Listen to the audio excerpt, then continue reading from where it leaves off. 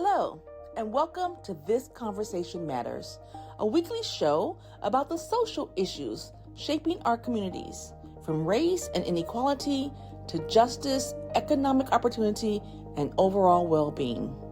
I'm Cherie Curry. Each week, I speak with experts and people with lived experience to help you better understand why these issues matter in our lives. I never knew that Minnesota was one of the biggest exporters of turkeys or producers of turkeys, whatever the right wording is. And that was just fascinating. So when we think about the food we put on our plates, we don't always think about where it comes from, where it starts with the farmers, from those who are turkey growers, those who are growing soybeans and corn. We hear about the tariffs, we hear about farm subsidies, but we don't all know about the life of a farmer. And that's why today on This Conversation Matters, we're speaking with Eric and Erica Sawatzke. I'm not sure if I'm pronouncing that name correctly. They own Oakdale Farms in Minnesota. And we'll also be speaking later in the show with Deron Erickson, a farm business management instructor. If each of you can maybe tell me a little bit about your background, say growing up. So did both of you grow up on farms or one of you, and then you kind of inherited this? So what's a little bit of that story? Yeah, so I'm a sixth generation farmer. Eric and I took over my family farm.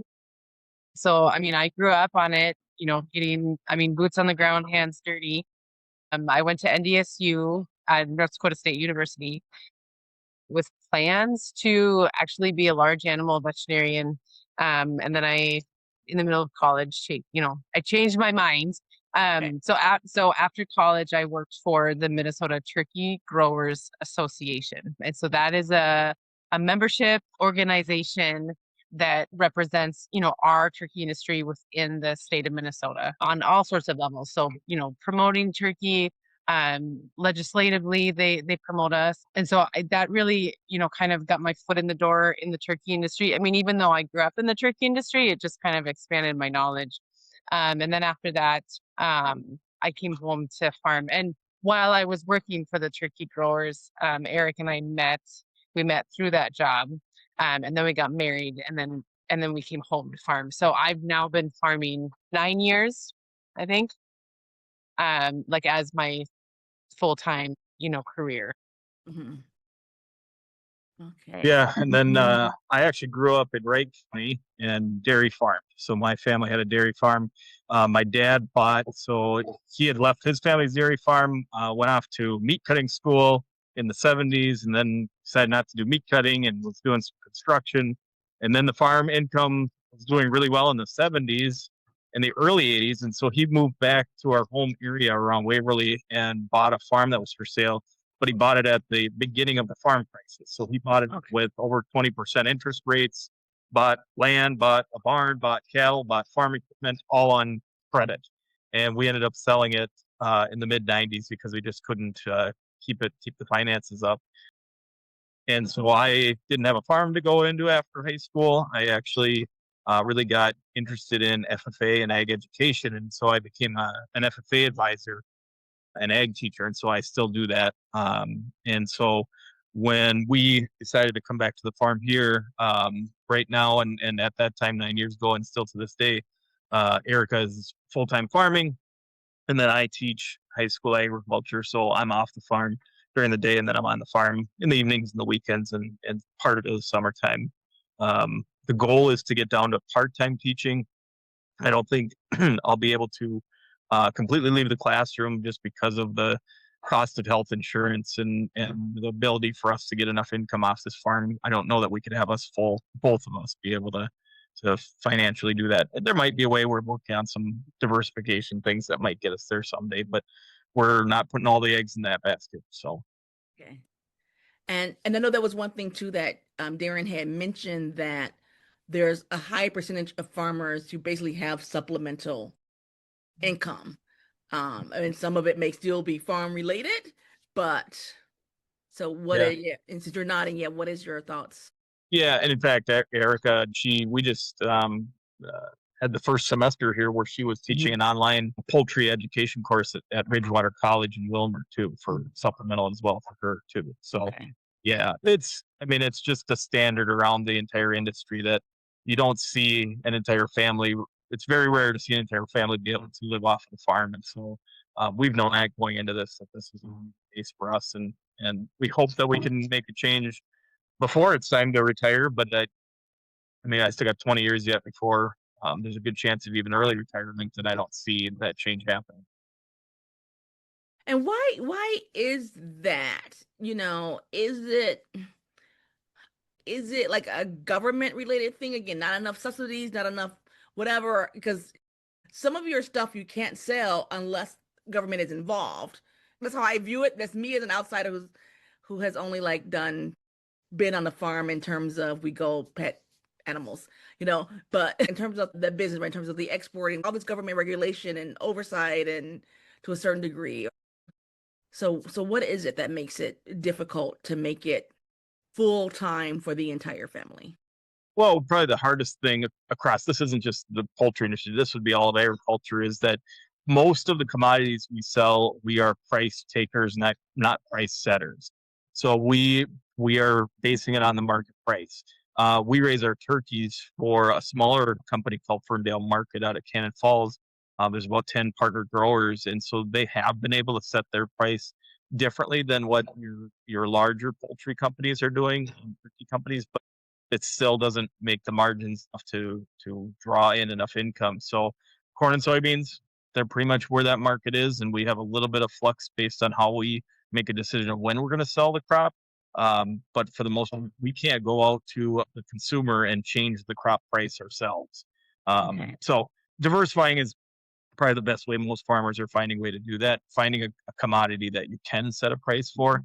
You've seen all kinds of things in Minnesota, people that are raising vegetables that they're selling at farmers market, or there's a farm nearby us where they are growing the wheat that they then harvest, and then they make sourdough and direct market to consumers.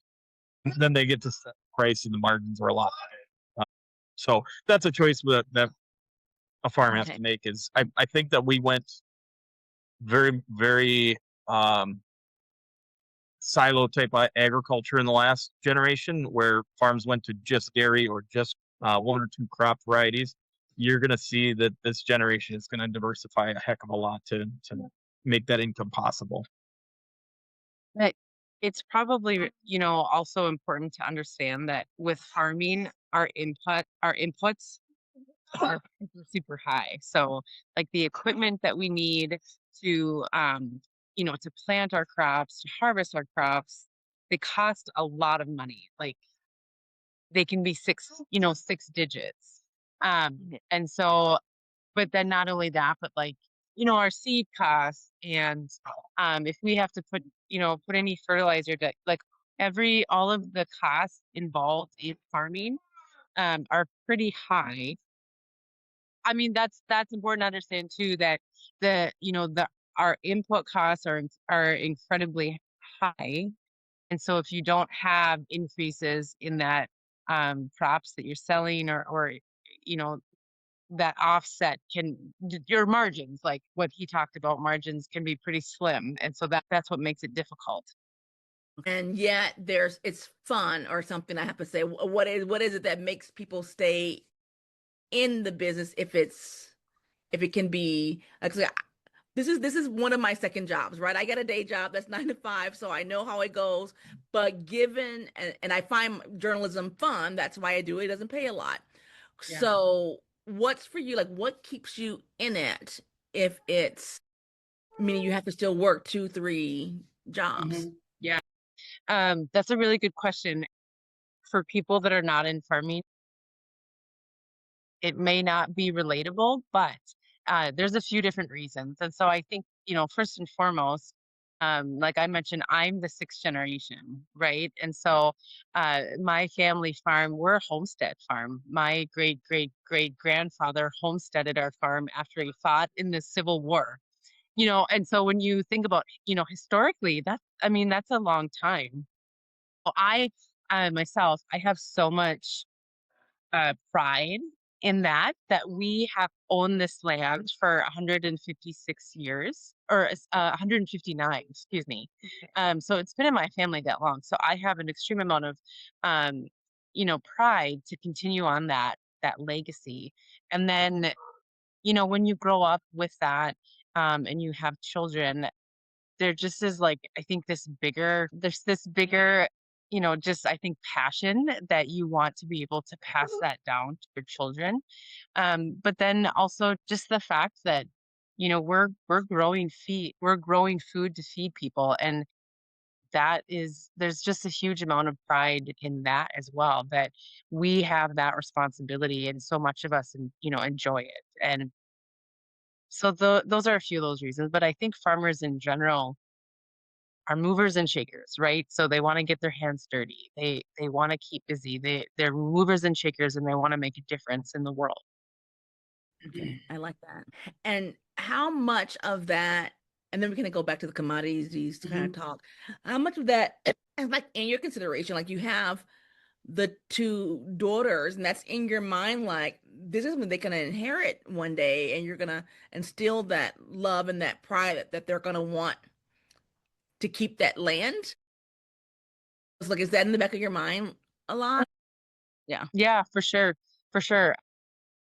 And like part of the reason I do so much promoting and advocating for agriculture, well, and really both of us, but it's so that people can learn about agriculture and our kids can see that there's an importance in what we do, but also, they're girls. And so I want them to see that you can get up in front of people and talk. You should have confidence, and my dad growing up never like pushed me to come back to the farm. I mean, that was something that I made that decision on my own. And after we got married, we made that decision together. So it's, we don't want to push our girls to feel like they have to do that, but that would be such a blessing for both of us. Okay, great. Thank you. And how many acres do you have? We're about 500. And then you mentioned that you do have some soybean and corn as well. Okay. And what's the difference when we look at, because I think like Minnesota is also like a high producer of like the soybeans that go to China. How is it different between the soybean and the corn market right now in terms of exporting and or just selling in general? So corn is so. Right now, you would say that you need about $4.70 per bushel to break even. It's at about $4 cash price right now, so you're going to lose money. Doesn't matter what farm you are, you're going to break even or lose money right now. And that's well, I'll talk about why I'm both corn and soybeans in a second. Soybeans is at cash price 960 as of today around our area. And we need about $12 to $13 to break even on that. So it's significantly low. And so the thing that's probably not, there's plenty of articles about tariffs and subsidies. But what's not being talked about in the general public is that we have got a much larger competitive market globally. Argentina, Brazil, the volume of acres that they've converted to corn and soybeans in the last decade is astronomical. They can grow far more crops than we can, far less regulation, and so that is the challenge that politics plays no role in the supply side of things. We have, I believe, the next numbers that are going to come out are going to say we're somewhere around the record level of what they call carryover corn. And what that means is what corn is sitting in grain bins, what's sitting in piles around the Midwest. So we are producing incredible yields. And the only way that we can break even is to increase those yields even further. So, because we can't control fertilizer price or seed price or equipment price. I mean, we had we had a small bearing break on the header of a combine this fall during harvest, and between labor and that part, it had to be replaced immediately. It was harvest time. It was over $2,000, and it is an incredibly small piece. It's just crazy how quickly most years we seem to be dumping $20,000 to $50,000 in repairs into a combine that's perfectly good. It just is all the simple things that it costs to repair it make it so expensive. So that's why we talk about diversification. People are going to get away from those crops because they're going to have to, because other countries are going to be able to raise them at a lower cost, and we're going to have to move on to some other things. So that might be other row crops, but it might be something completely different, and it might be using the land in a different way too. So that could be a big wave of the next generation. Is there like a difference in that quality? So when we think about like, gee, I'm getting, corn fresh off the farm that's down the road versus it being imported from Argentina. And I don't mean what they grow, I'm talking about the travel time, right? And how early it has to get picked in order for it to. I don't know that there's a massive quality difference in dried down field corn. Soybeans, there is. I know our soybean association in the United States is very proud of the protein quality, some of the micronutrients. And when they go to testing, United States soybeans just test better. I've seen many, many articles over the years of that. So we do have good markets in other small markets in a lot of other countries because they know that they're getting some very high quality. Because soybeans, there's a lot more soybeans by volume that are used for human consumption. The corn that we're growing is used for feed, for ethanol, for those types of things. And so that does affect it a little bit, but I just don't know if it's the same. And I could be wrong, but. Okay. Can I give you a fun fact? Just really quick? Because turkey is, because Minnesota is the #1 turkey producing state, it's because in our state we grow so much corn and soybean. So we have such, like a very accessible source of food for turkeys. So that's just a little fun fact for you. But because so many farmers, we have so much corn and soybeans that are raised in Minnesota, that is what turkey feed is made from, is corn and soybeans. Okay, great to know. Yeah. So what keeps you up at night?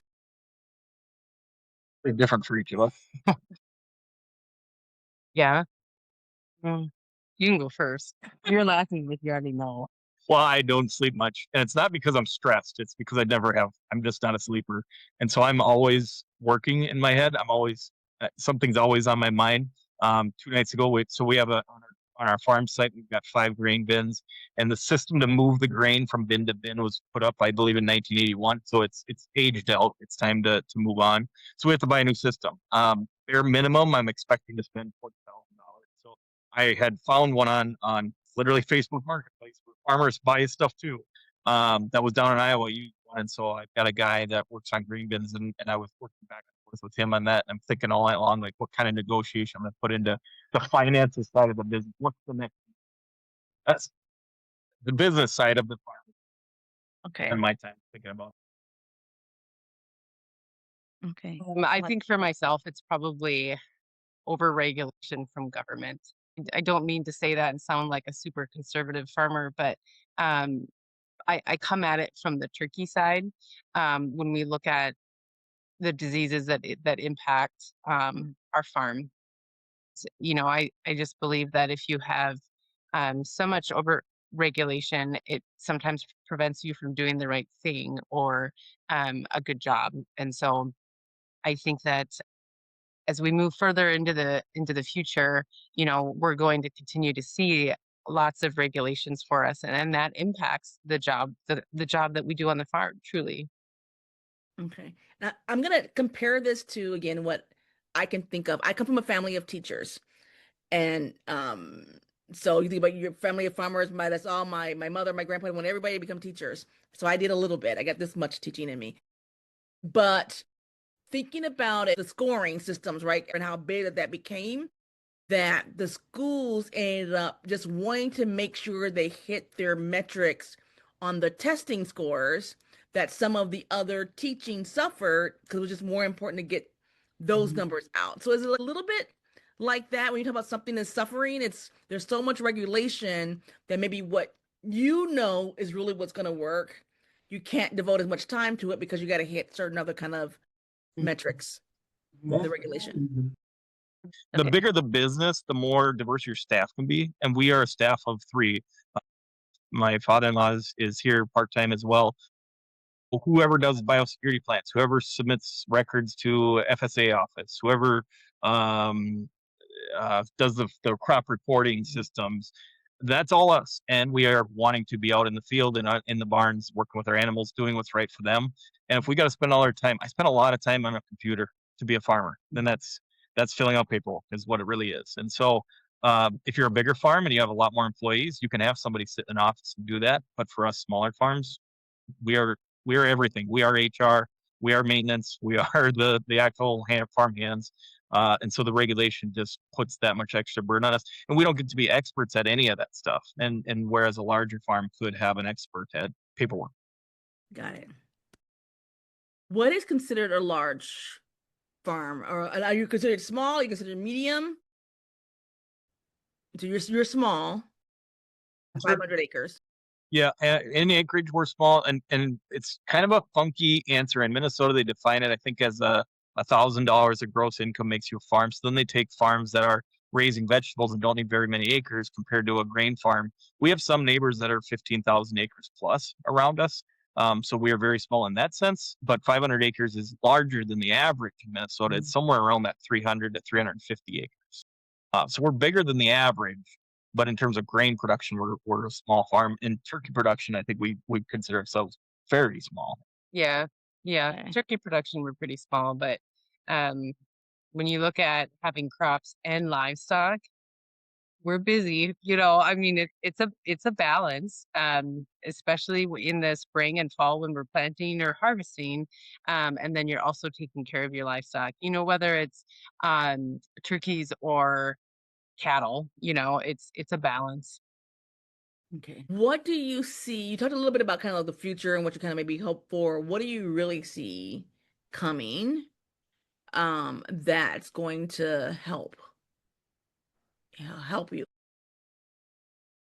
I'm still very much a long game person in terms of prices. I think that there are some major things worldwide that are happening that uh, soybeans are going to someday have a slightly higher number to them. I don't anticipate a significant boost, but I was prepared. A year ago, we were preparing actually in October of last year, prior to the election. We were told that soybeans were going to be significantly lower no matter who it is, and that it's just sustained a little bit longer. And I was anticipating that. And I do think that there will be a day where the markets will balance out because whoever's was buying from like Argentina. Now that China's buying all of theirs, they're going to have to find soybeans somewhere else. So they're going to come to us. So I think that day, it's not anything that I'm looking for the moon to happen. For like I've been saying with diversification, I think that's the thing. It's finding that the different ways that we can add a little bit of income. Eric, I talked about our next venture yet. So we are this spring planting about 2 acres of grapes. We have a producer locally that just started making their own wine. They've got about 7 acres under production. We've been working with them for about 6 years, learning the process. And so adding that diversification is, like I've been saying all along, the way to bring some other income into this or other things. People are doing agritourism, bringing people onto their farms. We're working, now teaching. I'm in the high school. She's teaching college. So I'm not putting all my eggs in the basket of turkey prices are going to save us or corn prices or soybeans. I think that's a failing effort if you just sit on your hands and wait for something to come. Okay, thanks. And the agritourism, so how popular is that regardless of in your area in general? So this is, again, people like me, maybe who just want to kind of come try it out. It's just like when we do the ranching, go try it out for a week or something. Oh yeah, it's been incredible watching a lot of people realize that their farmstead, they aren't going to farm the way their parents were, so they're not going to be able to do it full time, and they're converting their old dairy barn into a wedding center, or they're doing a pumpkin patch or a corn maze, and it is all over the place. I don't know if there's a map of the U.S. or a map of any state of specific agritourism, but I could imagine hundreds and hundreds of places that you could show up and pay directly. And I think what the consumer likes is that that dollar they take out of their wallet and hand to that farmer goes to the farmer. Whereas the dollar you spend on a gallon of milk, significant cut comes out of transportation. Grocery stores have to pay their employees and keep their lights on, processing, all the things. So yeah, we have a lot of friends who are currently doing some really interesting things right on their farm and bringing people right onto the farm. Okay. So what do you have? What's your idea? If you could, I don't think we want to we bring people in here that are coming for an educational purpose, not necessarily entertainment. So we brought teachers here, we brought students here. We aren't pulling an income off of it. We just want to educate. We've got biosecurity to be concerned about here with birds. So bringing extra feet onto our property is a risk that we tread lightly on. Okay. We're I think both of us, our personalities, our passions, our goals are really to educate and not to entertain, So I don't know that our farm will ever serve the purpose of like entertainment, but certainly that education is always really important to us. And I think now the future, there's a lot of opportunity for that. And especially when you look at what you can do online. Like we have a Facebook and an Instagram page for our farm that we post on because we want people to learn more about how we raise our turkeys. Those things are really important for us. And I think now compared to even 10 to 12 years ago, that's really changed, for farm. Like we now have a platform that we can talk about farming, whether it's online or that, agritourism that we just were talking about. There's just more opportunity for farmers to talk about what they do. Okay. Let's go with some of the teaching stuff. So with you, Eric, like what is that like in terms of a little bit of background because I don't know much, but I went to college, undergrad and grad school, University of Illinois, Urbana-Champaign. Yep. Farm country for that part outside of the campus. My master's thesis was on the broom corn industry. And so I know again from living around it and talking to the people there ages and ages ago. And so I just remember thinking about we had some of these courses too in agrojournalism and that other, talk to my friends in journalism out east and they're like, what's that? So when I hear you talk about teaching this in high school and me raising my kids, in suburban Twin Cities, that's not a course offering, Where did they go? Can I ask what school? Maple Grove. Okay, not yet. Someday. Yeah. And we were farm when I first moved here 20 years ago, because I'm off I-94, but I'm off County Road 101 on the other side. It was horses. I saw horses and cows. I don't know what all they really farmed. But it's all subdivisions now. We actually have gotten we're in Robbinsdale now. We're in Humboldt, Highland Park. So we're getting there. Obviously, it looks different because it's a lot more of the sciences of agriculture. Because if you think of it, I mean, was it yesterday? Yeah, I was down in Arden Hills yesterday at Land O'Lakes. Okay. I mean, everybody that works at Land O'Lakes, they don't come from a farm, but they're an HR, they're an accountant. It'd be great for them to have some basic accounting within the ag world standard benchmark, so yeah, in the ag world, I mean, we have over 200 high schools in Minnesota that have ag classes. We have grown significantly in the last few years, and FFA has grown actually nationwide. When I was in high school, FFA had like 450,000 members. We're over 1 million members now. So the education piece within formal schools has just compounded across the nation. And I don't know if there's one single thing to it, but I do think that we have been able to get ag education into a lot of spaces where they weren't before, because people are seeing that value. You talk about the testing. When that went too far one way, Pendium now is saying we need kids to have hands-on, and that the ag classes make that. So what's really fun for us is that when I go into my classroom and teach a lesson on animal science, my kids listen a little bit more intently because to them, I'm an expert. I'm not just a teacher, right? A lot of times I'm just the teacher that's just teaching a lesson on how to grow a poinsettia or something like that in the greenhouse. But when I talk turkey, they're like, how are your birds doing? Like, what?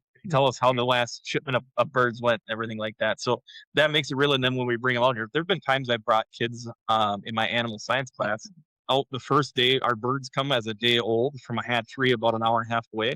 Okay. And so I brought classes out, and they get to be in the barn, and it's the middle of winter, and it's 93 degrees in the barn. Birds need it to be warm, and the kids are like, well, I didn't know I was signing up for this. And then they watch, and I have them track with us how the birds do until they go to market.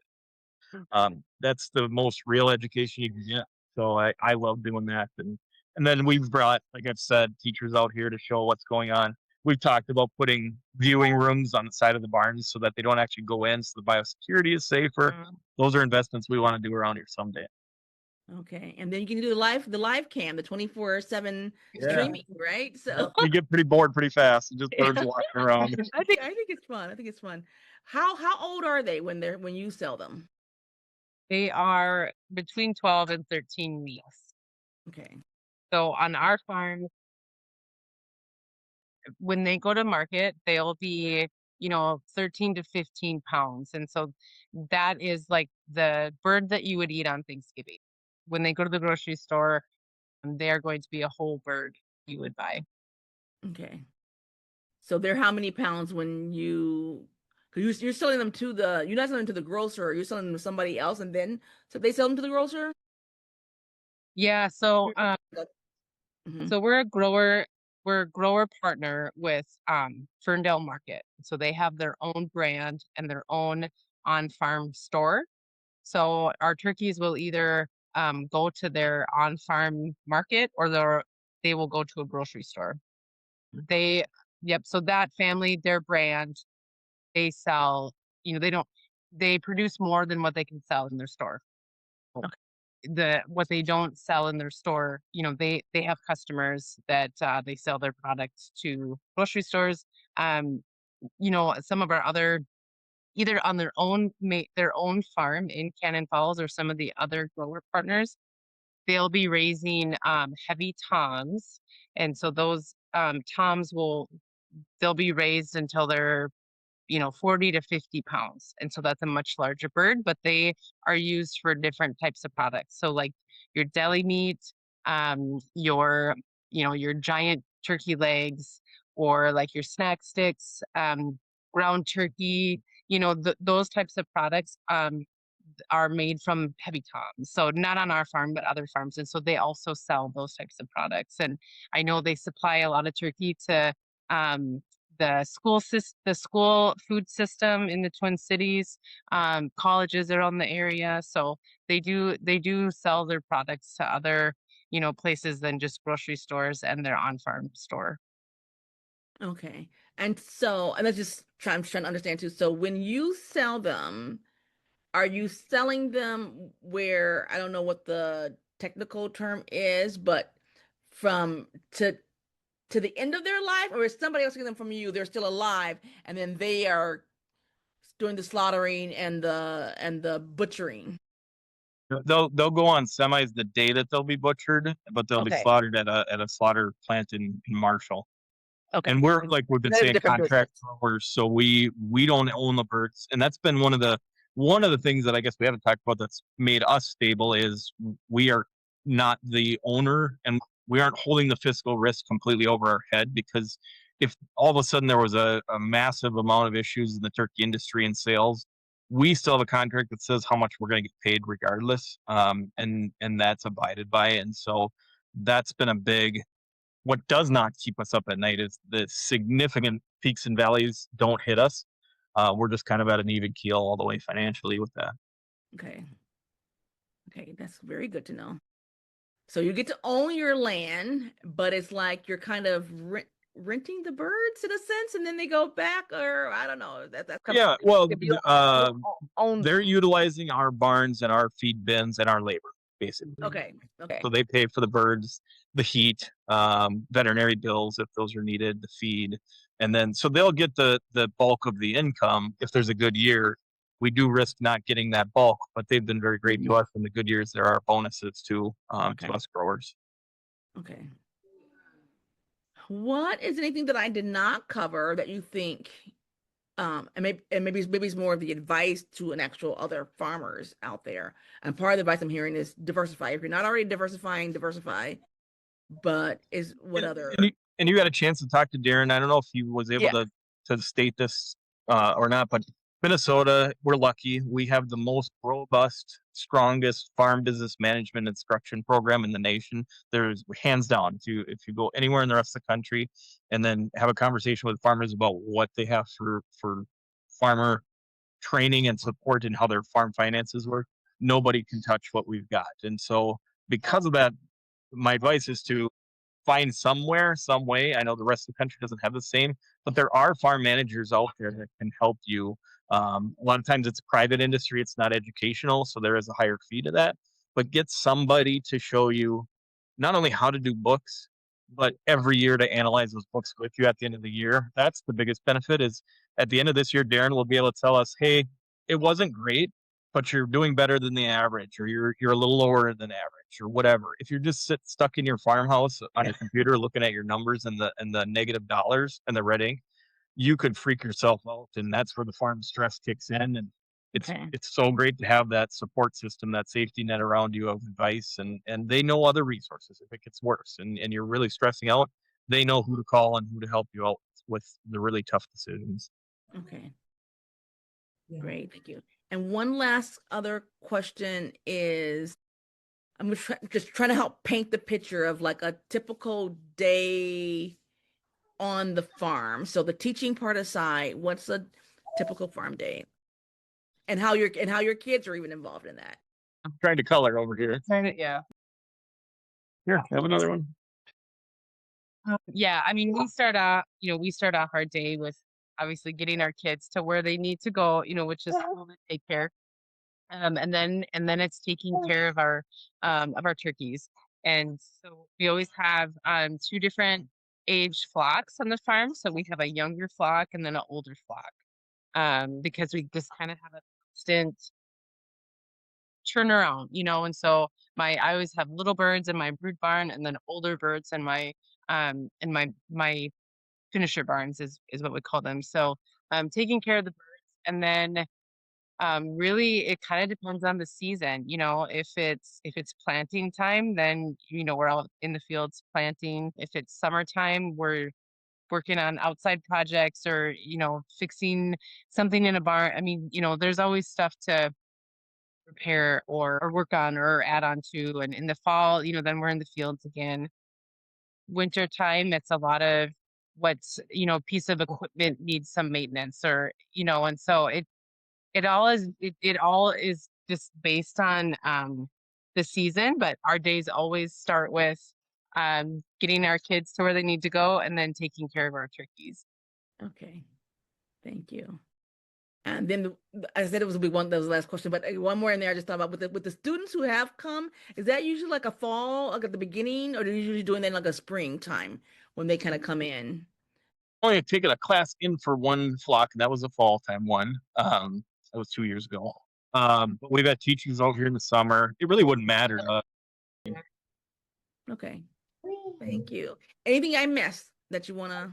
I'll just throw it out there that the other thing we probably didn't touch on is one of the things that makes farming easier these days is apps and technology. We have a ton of technology on our phone that tells us what the temperature is in the barn, how much feed is left, if they're getting water. So that is important to just note that we can do a lot without having to physically be inside every barn.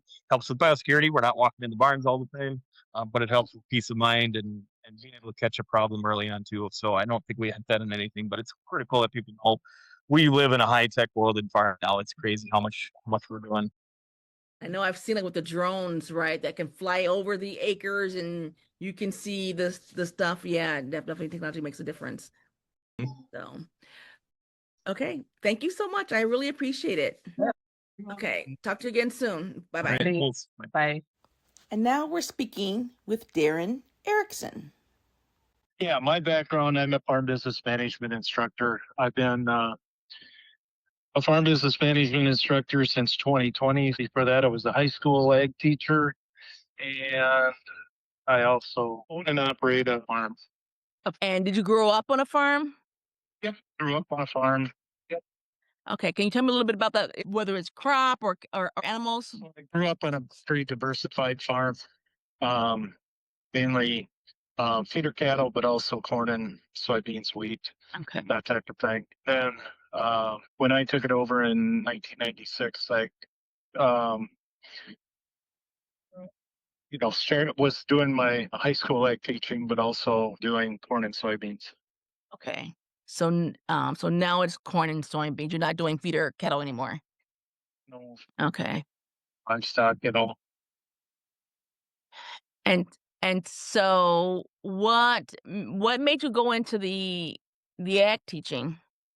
Yeah, I started off in, well, 1986, which, as you know, is kind of the height of um, the farm crisis. And so about the only thing that was available at that time coming out of college was, high school ag teaching. And so I spent about 14 years in the classroom and then had an opportunity to move to farm business management. And it worked a little bit better with my farming um, passion also, I suppose you would call it.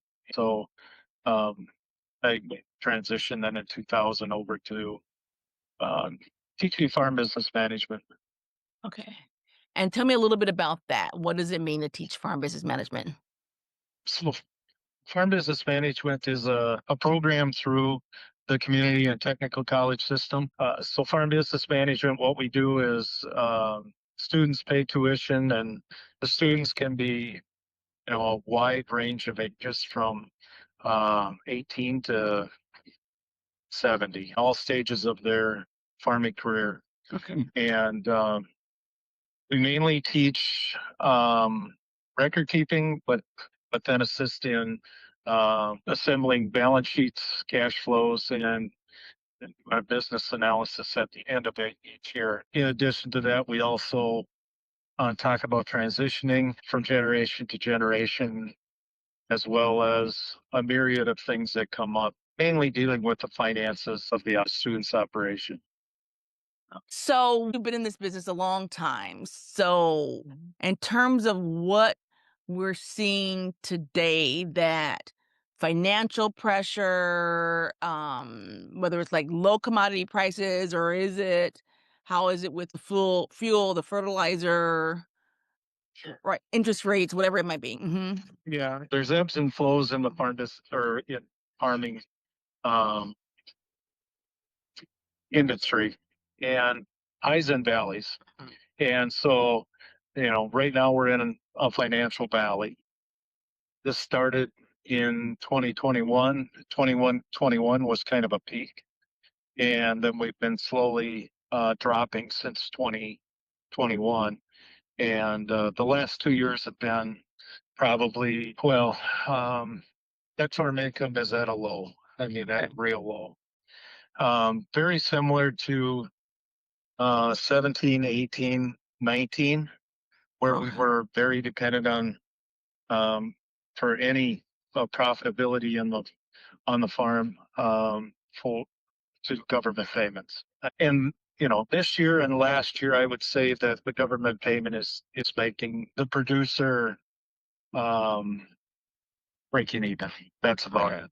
And this is before family living and everything else.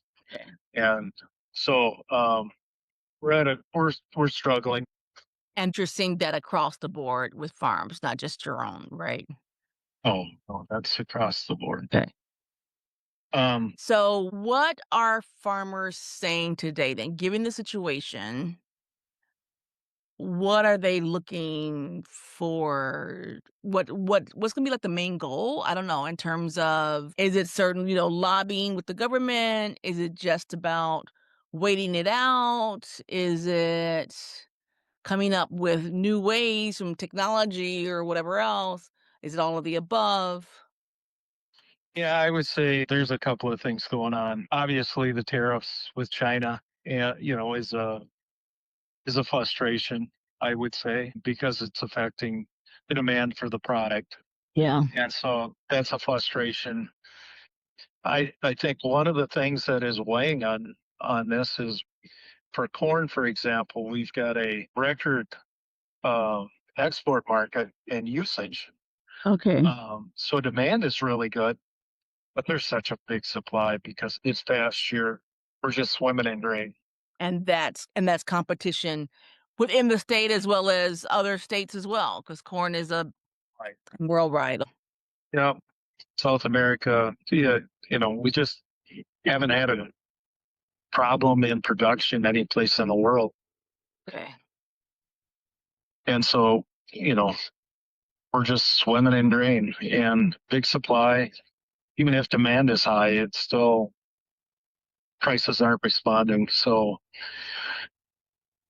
you got that, and China. I guess those would probably be the main things right now.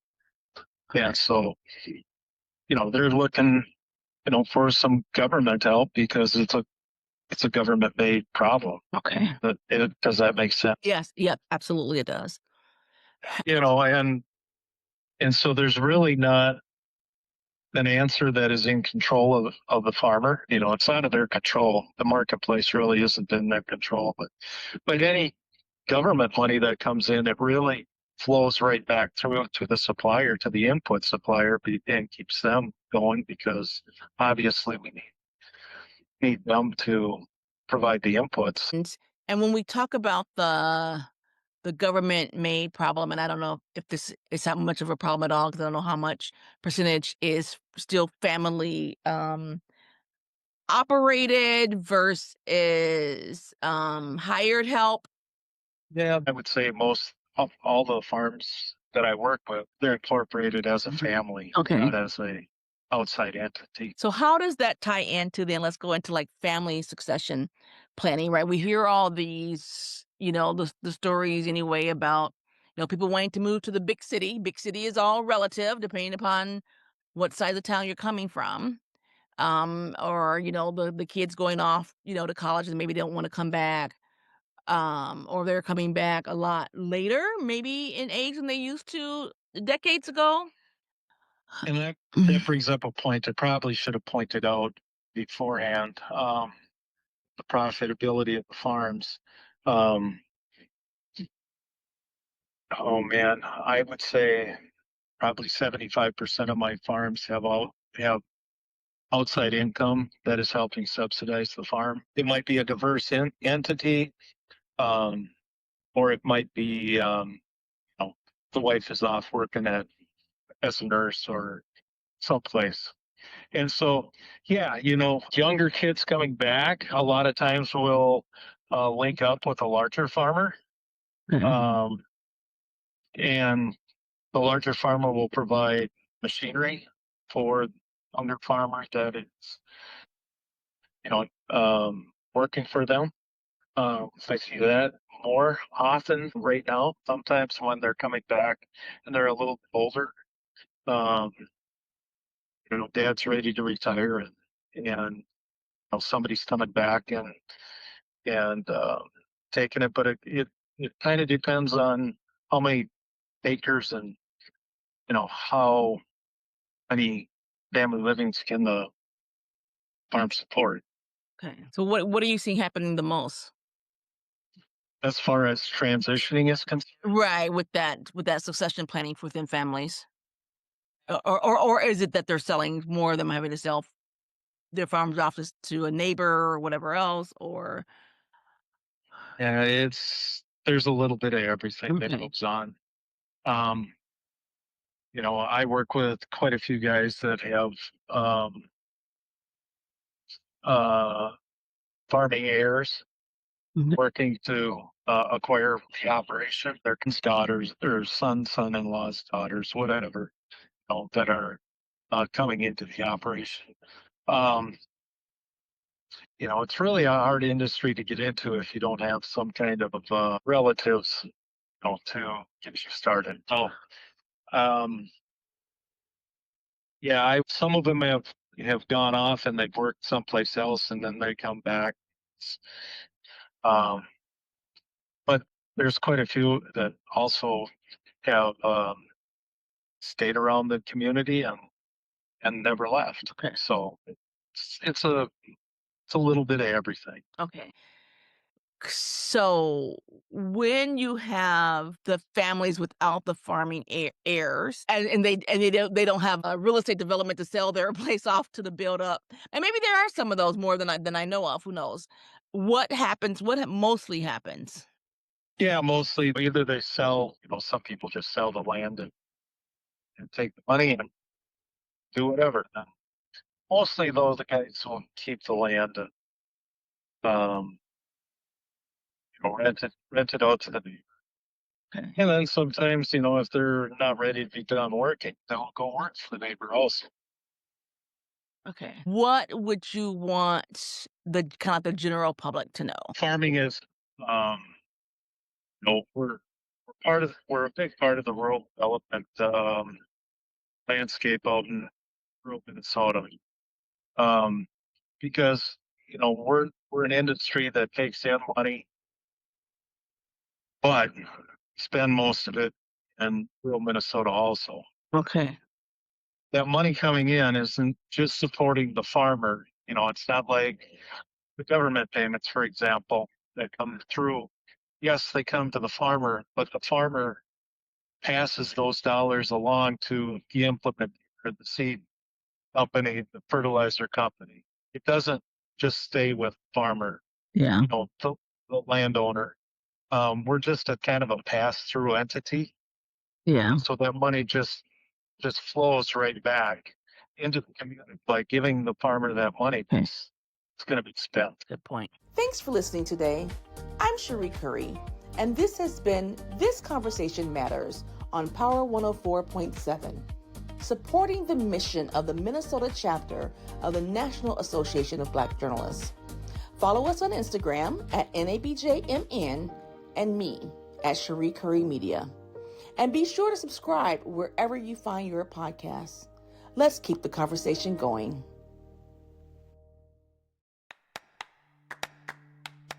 Hello, I'm Kennedy, and every week we take you beyond the story, an NABJ Minnesota program brought to you by All About the Culture and Power 104.7.FM. Beyond the Story introduces you to business owners, community leaders, and media professionals. Join us after This Conversation Matters for Beyond the Story. Today on Beyond the Story, we're speaking with Shayla Michelle Reeves, a Minneapolis-based journalist. She is the author of Echo in the Distance, an illustrated children's book that serves as a tribute to Dr. Martin Luther King Jr.'s I Have a Dream speech. She speaks to us about how the book engages others beyond its designated age group. My name is Shayla Michelle, and I'm the author of Echo in the Distance. When I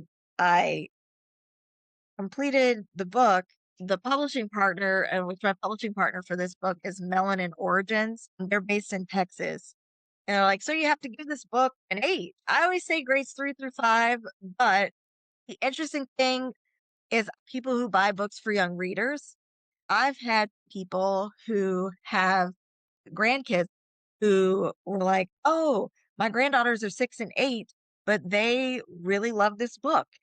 And they wanted to challenge themselves to read more difficult language. And so they were really excited to sit down and read this book. I have somebody who's got a 4-year-old son who it's his favorite book.